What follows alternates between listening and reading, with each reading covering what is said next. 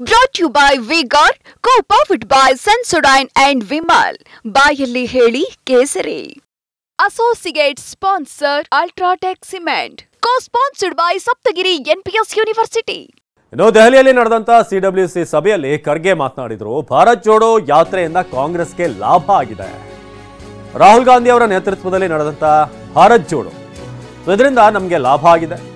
ಭಾರತ್ ಜೋಡೋ ಯಾತ್ರೆ ಮಾರ್ಗದಲ್ಲಿ ವೋಟ್ ಹೆಚ್ಚಳ ಆಗಿದೆ. ಅಂದ್ರೆ ಹೇಗೆ ಆ ರೂಟ್ ಮ್ಯಾಪ್ ಇತ್ತು ಆ ಭಾಗದಲ್ಲಿ ನಾವು ನೋಡಿದ್ರೆ ಕಾಂಗ್ರೆಸ್ಗೆ ಒಳ್ಳೆ ವೋಟ್ ಬಂದಿದೆ ಅಂತ ಖರ್ಗೆ ಹೇಳಿದ್ದಾರೆ. ವೋಟ್ ನಂಬರ್ ಹಾಗೂ ಸ್ಥಾನಗಳು ಕೂಡ ಹೆಚ್ಚಳ ಆಗಿದೆ. ಹಾಗೆ ಮಣಿಪುರದಲ್ಲೂ ಕೂಡ ಕಾಂಗ್ರೆಸ್ ತನ್ನ ಸ್ಥಾನಗಳನ್ನು ಹೆಚ್ಚಿಸಿಕೊಂಡಿದೆ. ನಾಗಾಲ್ಯಾಂಡ್, ಅಸ್ಸಾಂ, ಮೇಘಾಲಯದಲ್ಲೂ ಕೂಡ ನಾವು ಗೆದ್ದಿದ್ದೀವಿ. ಸೊ ದೆಹಲಿಯಲ್ಲಿ ನಡೆದಂತ ಸಿಡಬ್ಲ್ಯೂಸಿ ಸಭೆಯಲ್ಲಿ ಖರ್ಗೆ ಹೇಳಿಕೆ. ಖಂಡಿತ ಈ ಬಾರಿ ಎಲೆಕ್ಷನ್ ಕಾಂಗ್ರೆಸ್ ಪಾಲಿಗೆ ಒಂದು ಚೇತರಿಕೆ ಕಾಣುವಂತ ರೀತಿಯಾಗಿ ತುಂಬಾ ದೊಡ್ಡ ಮಟ್ಟದಲ್ಲಂದರೂ ಕೂಡ ಬಹಳಷ್ಟು ಕಡೆ ಜನ ಕೈ ಹಿಡಿದಿದ್ದಾರೆ. ಜೋಡೋ ಯಾತ್ರೆಯಿಂದ 41 ಕ್ಷೇತ್ರದಲ್ಲಿ ಮೇಲ್ಗೈ ಆಗಿದೆ. ಭಾರತ್ ಜೋಡೋ ಯಾತ್ರೆಯಿಂದ ಹೆಚ್ಚು ಸ್ಥಾನ ಗೆದ್ದಿದೆ.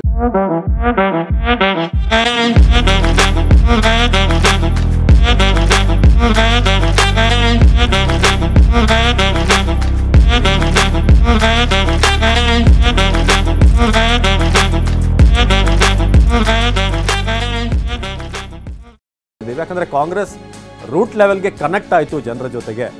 ನಾಯಕರೇ ರಸ್ತೆಗೆ ಬರೋ ಮೂಲಕ 2 ಹಂತದಲ್ಲಿ ನಡೆದಂತಹ ಭಾರತ್ ಜೋಡೋ 82 ಲೋಕಸಭಾ ಕ್ಷೇತ್ರಗಳನ್ನ ಕ್ರಾಸ್ ಆಗಿತ್ತು ಭಾರತ್ ಜೋಡೋ.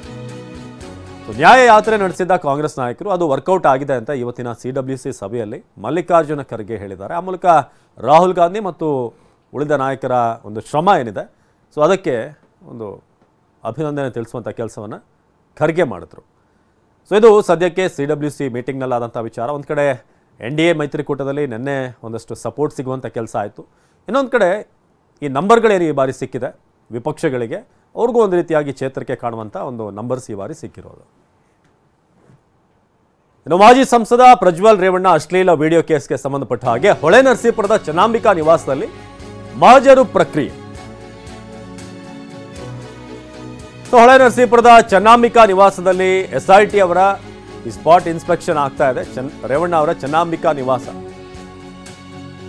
ಇಲ್ಲಿ ಈಗ ಚೆಕಿಂಗ್ ನಡೆಸ್ತಾ ಇದ್ದಾರೆ. ಚನ್ನಾಂಬಿಕಾ ನಿವಾಸದ ಎದುರು ಪೊಲೀಸರ ಬಿಗಿ ಬಂದೋಬಸ್ತ್ ಇದೆ. ಸಂತ್ರಸ್ತೆ ಕೊಟ್ಟಿರುವಂತಹ ಹೇಳಿಕೆಯ ಪ್ರಕಾರ ಎಲ್ಲೆಲ್ಲಿ ದೌರ್ಜನ್ಯ ಆಗಿದೆ ಏನು, ASP ವೆಂಕಟೇಶ್ ನಾಯ್ಡು ನೇತೃತ್ವದಲ್ಲಿ ಪೊಲೀಸರ ಭದ್ರತೆಯನ್ನು ಒದಗಿಸಲಾಗಿದೆ.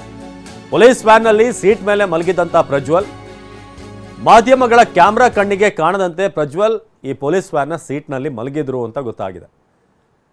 ಇದು ಪ್ರಜ್ವಲ್ ರೇವಣ್ಣ ಅಶ್ಲೀಲ ವಿಡಿಯೋ ಕೇಸ್ ಸಂಬಂಧಪಟ್ಟ ಹಾಗೆ ಸಂಸದರಾಗಿದ್ದಂತಹ ಪ್ರಜ್ವಲ್ ರೇವಣ್ಣ ಮೊನ್ನೆಯಷ್ಟೇ ಫಲಿತಾಂಶ ಬಂದ ನಂತರ ಮಾಜಿ ಸಂಸದರಾಗಿದ್ದಾರೆ. ಜೊತೆಗೆ ಈಗ ಸಂಕಷ್ಟಗಳು ಒಂದಾದ್ಮೇಲೆ ಅವ್ರನ್ನ ಕಾಡ್ತಾ ಇವೆ.